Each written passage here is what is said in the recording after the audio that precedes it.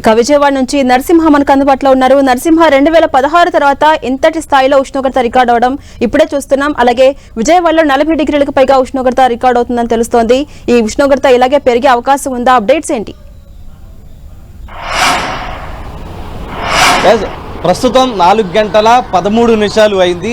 అంటే ఎండల తీవ్రత ఏ విధంగా ఉందో ఒకసారి మనం చూసుకోవచ్చు. ఎందుకంటే 40 డిగ్రీల ఉష్ణోగ్రత ప్రస్తుతం నమోదైంది. ఉదయం నుంచి కూడా ఇదే విధంగా కొనసాగుతున్నటువంటి పరిస్థితి. ఎందుకంటే ఎండల తీవ్రత ఉదయం 8 గంటల నుంచే కొనసాగుతున్నటువంటి పరిస్థితి. ఉదయం నుంచి ఇళ్ల నుంచి బయటకు రావాలంటేనే ప్రజలు తీవ్ర భయాందోళన చెందుతూ ఉన్నారు. ప్రస్తుతం మనం విజువల్స్లో చూడొచ్చు. బందర్ రోడ్డు పరిసర ప్రాంతాల్లో ప్రస్తుతం మనం ఇక్కడ మొత్తం కూడా పూర్తిగా నిర్మానుష పరిస్థితి అయితే కనిపిస్తుంది. ఎందుకంటే ఉదయం 8 గంటల నుంచి ఎండల తీవ్రత కొనసాగుతున్న నేపథ్యంలో కూడా సుదూర ప్రాంతాల నుంచి అటు వ్యాపారాల నిమిత్తం బెజవాడ వస్తూ ఉంటారు. వారంతా కూడా పూర్తిగా రాకపోకలు కూడా నిలిచిపోవడం పరిస్థితి. ఎందుకంటే ఒకవైపు వ్యాపారాలు పూర్తిగా స్తంభించినటువంటి పరిస్థితి కూడా మనం చూసుకోవచ్చు. ఎందుకంటే ఇప్పటికే అటు నిపుణులు కూడా అటు వాతావరణ శాఖతో పాటు వైద్యులు కూడా హెచ్చరిస్తున్నటువంటి పరిస్థితి కనిపిస్తుంది. ఎందుకంటే మే నెలలో ఎండలు అత్యధికంగా వస్తూ ఉంటాయి. కానీ ప్రస్తుతం ఏప్రిల్ నుంచే ఎండలు దంచి కొడుతున్న నేపథ్యంలో కూడా ప్రతి ఒక్కరూ తమ ఆరోగ్యం పట్ల కేర్ తీసుకోవాలంటూ కూడా సూచిస్తున్నటువంటి పరిస్థితి కనిపిస్తుంది. ఎవరైనా కూడా ఉదయం 11 గంటల లోపే తమ పనులన్నీ చూసుకోవాలి. 11 గంటల తర్వాత ఎట్టి పరిస్థితుల్లో బయటకు రావద్దంటూ కూడా చూస్తున్నారు. ఒకవైపు సాయంత్రం వైపు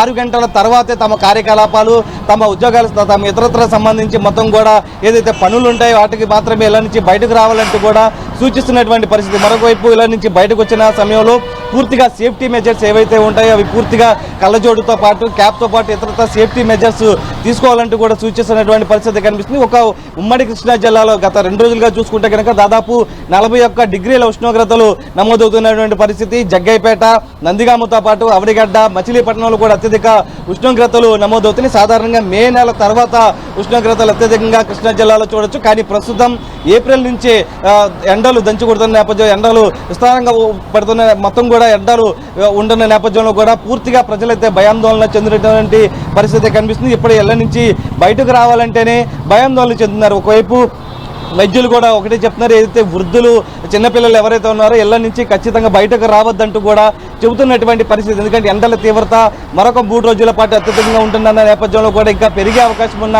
నేపథ్యంలో కూడా ప్రతి ఒక్కరూ అప్రమత్తంగా ఉండాలి. తమ ఆరోగ్యం పట్ల కేర్ ఖచ్చితంగా తీసుకోవాలంటూ కూడా సూచిస్తున్నటువంటి పరిస్థితి కనిపిస్తుంది. ఎవరైతే ఇళ్ల నుంచి బయటకు వస్తారో వారు ఖచ్చితంగా సేఫ్టీ మెజర్స్ ఏవైతే ఉన్నాయో అవి ఖచ్చితంగా పాటించాలంటూ కూడా సూచిస్తున్నటువంటి పరిస్థితి కనిపిస్తుంది. ముఖ్యంగా మరొక 3 రోజుల పాటు ఎండల తీవ్రత అంతకంతకు పెరుగుతున్న నేపథ్యంలో కూడా ప్రతి ఒక్కరూ తమ ఆరోగ్యం పట్ల కేర్ తీసుకోవాలంటూ కూడా సూచిస్తున్నటువంటి పరిస్థితి కనిపిస్తుంది. ప్రస్తుతం ఉమ్మడి కృష్ణా జిల్లా వ్యాప్తంగా కూడా 40 డిగ్రీల ఉష్ణోగ్రత పైన నమోదవుతున్నటువంటి పరిస్థితి చూడొచ్చు.